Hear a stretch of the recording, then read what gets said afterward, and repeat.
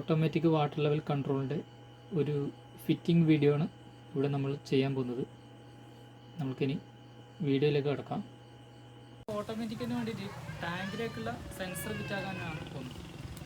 3 സെൻസറാണ് ഇതിൽ വരുന്നത്. ഒന്ന് ഡ്രൈ റണ്ണിന് വേണ്ടിയിട്ടും, ഒന്ന് റീസ്റ്റാർട്ടിന് വേണ്ടിയിട്ടും, ഒന്ന് സ്റ്റോപ്പിന് വേണ്ടിയിട്ടും, മോട്ടോർ സ്റ്റോപ്പ് ചെയ്യാനുള്ളത്. അങ്ങനെ 3 സെൻസറാണ് നമ്മൾ ഇതിൽ ഉൾപ്പെടുത്തിയിട്ടുണ്ട്.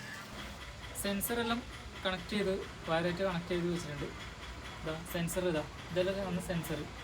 ഇത് കട്ട് ഓഫ് ആവുന്നതിൻ്റെ ലെവലും അത് റീസ്റ്റാർട്ട് ചെയ്യുന്ന സംഭവം, മറ്റത് കോമൺ ആയിട്ട് കൊടുക്കണം. ഇത് ഡ്രൈ റണ്ണിൻ്റെ എല്ലാം ചെയ്തിട്ടുണ്ട്. ഇതിപ്പോൾ ഇതിന് ഈ കൺട്രോളിന് നമ്മൾ ഉപയോഗിക്കുന്നതിന് ഇത്ര വലിയ സെൻസറാണ്.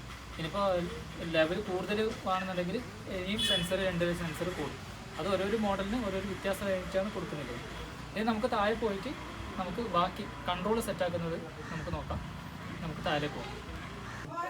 നമുക്ക് മുകളിൽ ടാങ്കിൻ്റെ കാര്യങ്ങൾ, സെൻസറും കാര്യങ്ങളൊക്കെ സെറ്റായിട്ട് നമ്മൾ താഴെ പോകുന്നത്. ആ വയർ എത്തിയിട്ടുണ്ട്. പിന്നെ അതിൻ്റെ പവർ നമ്മൾ ഇവിടെ ആക്കിയിട്ടുണ്ട്. ഇനി ക്രിമ്പ് ചെയ്തിട്ട് നമ്മൾ പിന്നെ കണക്ട് ചെയ്തിട്ടുണ്ട്. ബാക്കി കൺട്രോൾ സെറ്റാക്കാം.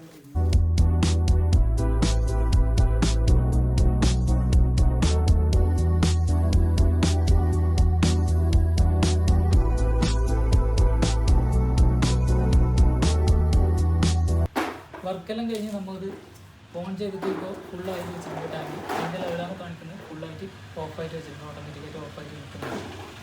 ഇനിയിപ്പോൾ ഈ കൺട്രോൾ ആർക്കെങ്കിലും വേണമെന്നുണ്ടെങ്കിൽ ഈ താഴെ കാണുന്ന നമ്പറിൽ എന്നെ കോൺടാക്ട് ചെയ്താൽ മതി. സ്പോട്ടിൽ സൈറ്റിൽ വന്ന് നമ്മൾ സെറ്റ് ചെയ്യുന്നുണ്ട്.